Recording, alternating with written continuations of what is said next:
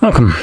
In front of me I have the CUBOT X20, and today I'll go over unboxing along with a really quick overview. So before I actually unpack it, I'll flip it over. You can see kind of several key specifics of this device. So we have a 6.3 inch display, full HD plus. So this is a 1080p, I assume. That's a 19.5 by 9 aspect ratio. We have a little notch right here, the water notch. We have a 4GB RAM and 64GB storage version. It's a MediaTek 6763 octa-core, which means that it's a Helio P23. We have a triple camera setup. We have 13 megapixel front camera, Type-C charging port, 4000 mAh battery, and disappointingly we have Android 9. So anyway, let's just pop it open.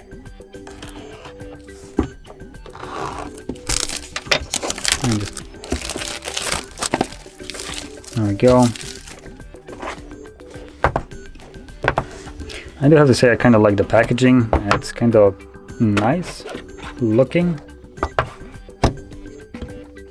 There we go. I'm gonna put that to the side. And in here we got a phone that is already inside of a case.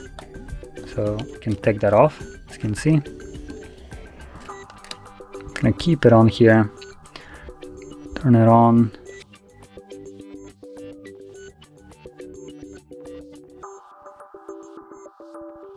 Okay, it's basically telling us to not use some kind of high temperature stuff.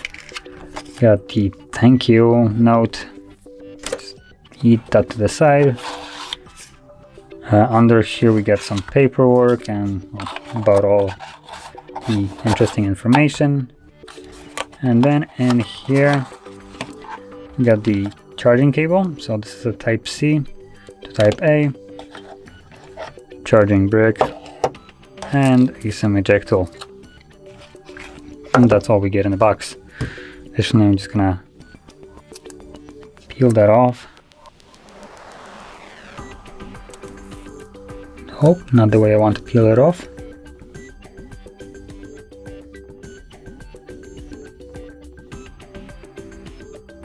There we go.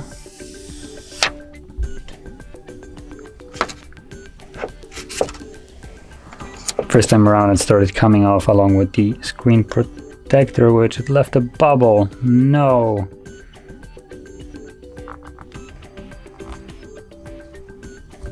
Oh, okay, got rid of it.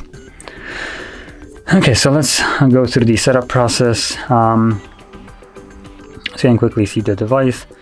Now, honestly, this device is catering to the low-end models. This is basically one of the cheaper phones you can get, costing around 100. That was so loud. About a little over $100, which honestly, for the price, I can't really complain about it. It comes with basically what you expect, which is a Helio P23 or P20. Oh, P22 would be also one of the expected ones. The camera setup right here is, well, just a absolute garbage fest here, let's be honest.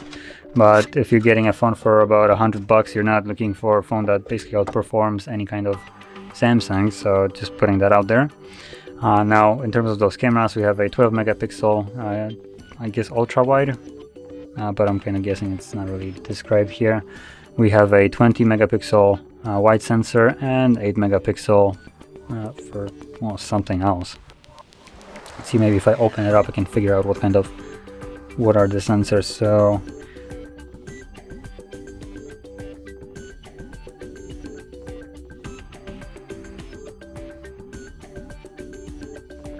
the panorama, we have watermark, GIF, time-lapse. Nope, not really. I can't really figure out what the cameras here are, to be honest. It doesn't come with any kind of macro or anything like that, so yeah. Now, honestly, I don't have much to say about this. Can't really find much information apart from, for instance, primarily what is at the back of the box.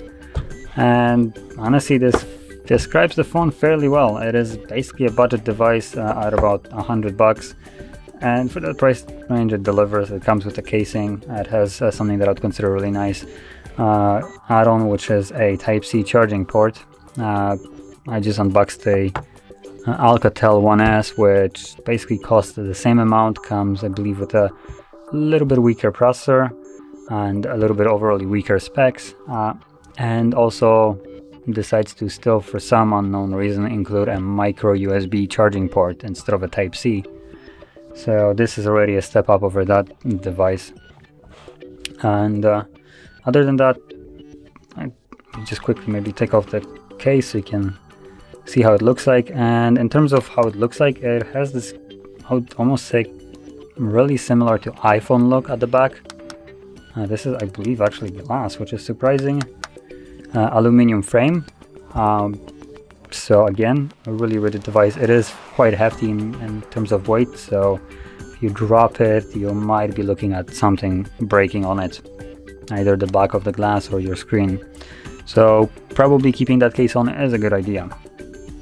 And yeah, other than that, this device seems to be fairly decent for the price.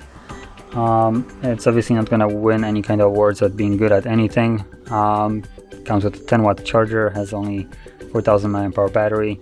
It will be charging long. It doesn't have high enough specs to really drain the battery quickly, so that's a positive.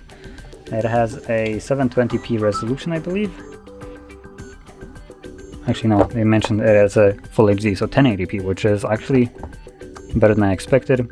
And the screen itself looks, I would say, quite good. It has minimal bezels, and yeah. So not much more to say about this. It's a, for the money that you pay for it, it's a good device. You can't really say anything bad about it. So that being said, if you found this video helpful, don't forget to hit like, subscribe, and thanks for watching.